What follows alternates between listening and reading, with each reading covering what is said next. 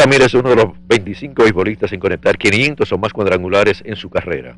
Ramírez apareció en la lista de un grupo de 104 jugadores de Grandes Ligas que dieron positivo por drogas por mejorar el rendimiento durante el año 2003.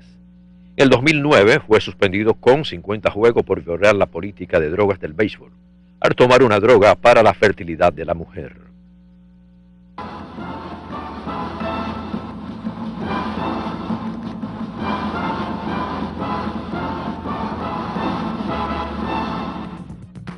Seguimos con el programa, entramos en este momento a Salud Deportiva. Con nosotros ahora Felipe Encarnación Otorrino. Doctor, gracias por venir.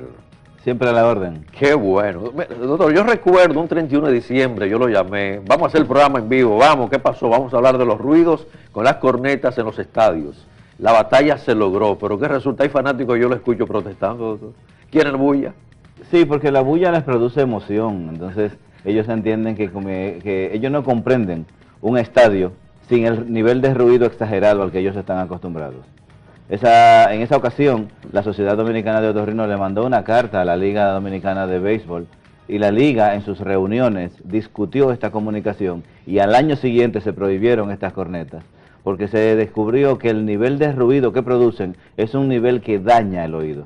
No que lo puede dañar, que lo daña efectivamente. Bueno, yo en una ocasión fui y, oiga, me llevó a salir loco. Llegué a mi casa y me hacía así como si uno hubiese bajado de un avión, pero molestoso totalmente. Entonces, ¿qué tan dañinos son los ruidos, doctor?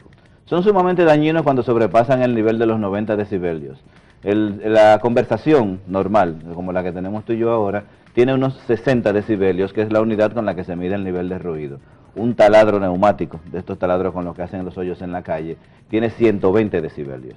Entonces, en ese rango están lo que se llaman los ruidos molestos, y luego están los ruidos que hacen daño, como este que te acabo de mencionar.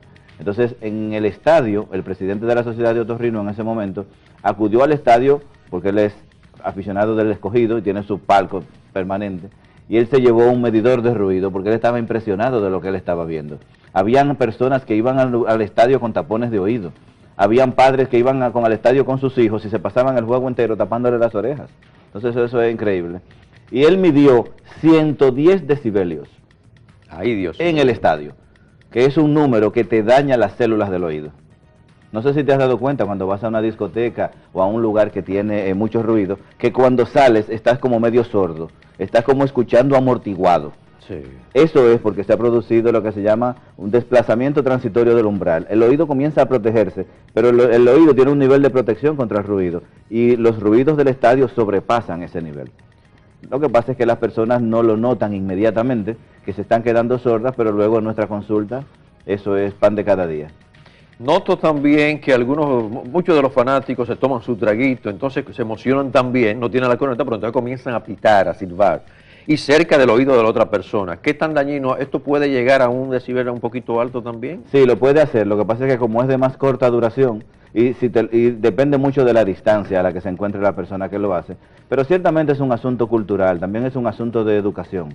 Tradicionalmente nuestros aficionados a la pelota no son los más educados a la hora de respetar el derecho ajeno a la tranquilidad y se puede disfrutar el juego, se puede emocionar, se puede gritar, pero no ese nivel al que llegamos en República Dominicana. Yo he estado en estadios de otro país, yo he ido, por ejemplo, en el Fenway Park a ver a Boston, a ver los juegos de pelota y se pueden disfrutar tranquilamente y hay ruido y la gente se emociona, la gente grita, se levanta, pero no a los niveles que se llegan en República Dominicana. No, es que nosotros los dominicanos, mire, somos especiales. En el Mundial de Fútbol que se hizo en Sudáfrica, ellos tuvieron que prohibir en un momento los jugadores le pidieron a la liga que disminuyeran ese nivel de ruido porque el sonido de las bubucelas, que es como se llamaban unas cornetas que ellos tocaban, los estaba volviendo locos.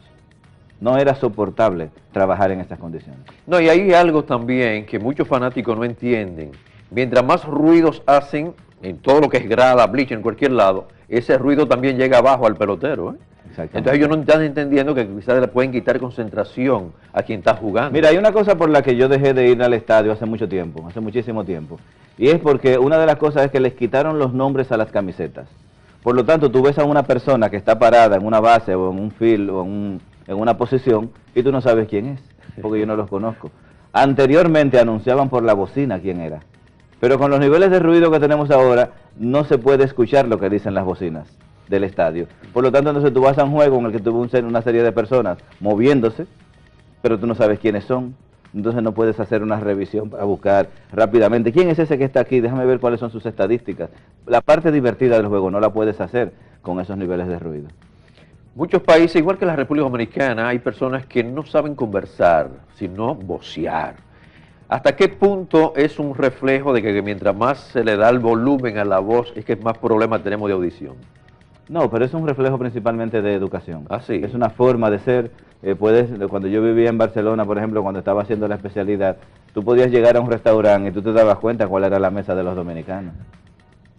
Porque el nivel de ruido, la forma de conversar, inclusive esta forma que tenemos de gesticular, que es muy propia de nosotros, es una idiosincrasia, pero tiene mucho que ver con educación.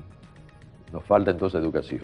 Un deportista que quiere saber, doctor, si puede regresar rápido a sus actividades deportivas luego de una intervención quirúrgica de las amígdalas. Sí, lo que pasa con esto es que la cirugía de las amígdalas es una cirugía dolorosa, te duele la garganta más o menos por 10 días. Por lo que esa actividad deportiva, particularmente esa cirugía no le va a producir limitaciones más allá de una semana o 10 días. Y no tiene ninguna complicación de algo deportivo que vaya a hacer. Malo sería, por ejemplo, el que está operado de un oído. Entonces ese sí tiene otro tipo de problemas, porque entonces ya viene el problema con el sudor, viene el problema con los puntos, viene el problema con la reconstrucción que se haya hecho, pero en la de amígdalas no hay problema. ¿Por qué se hace este tipo de operación de amígdalas? En el paciente que tiene cirugía de amígdalas, operamos a los que tienen las amígdalas demasiado grandes. Cuando son tan grandes que obstruyen el paso del aire y la persona ronca, o los niños, principalmente niños, tienen dificultad para tragar, o cuando tienen más de 5 episodios de amigdalitis en el año, a esos son a los que operamos. Anteriormente, cuando éramos jóvenes, hace unos añitos, se operaba a todo el mundo. Así se consideraba, así como se hace la circuncisión, que las amígdalas era algo que había que quitar. Después se demostró que eso no tenía efectividad, que no estaba bien hecho, y se fue abandonando la cirugía de amígdalas, y se ha retomado, se ha limitado a esos números de pacientes, pero se ha retomado con el auge de la obesidad.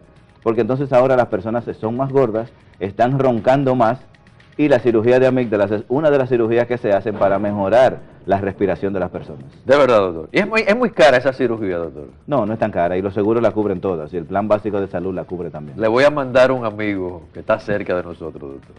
Ronca, ay Dios mío. Sí, pero no es tan sencillo lo del ronquido, ese es otro tema del que ya hablaremos. Vamos a hablar del ronquido en los viajes de los peloteros. Ok, bueno, antes de eso, mire, tengo una pregunta aquí porque ya me escribió y está esperando esta pregunta. Me dice un televidente que pensaba que los atletas no roncaban tanto porque sabe de algunos que roncan y despiertan, no dejan dormir a nadie, doctor.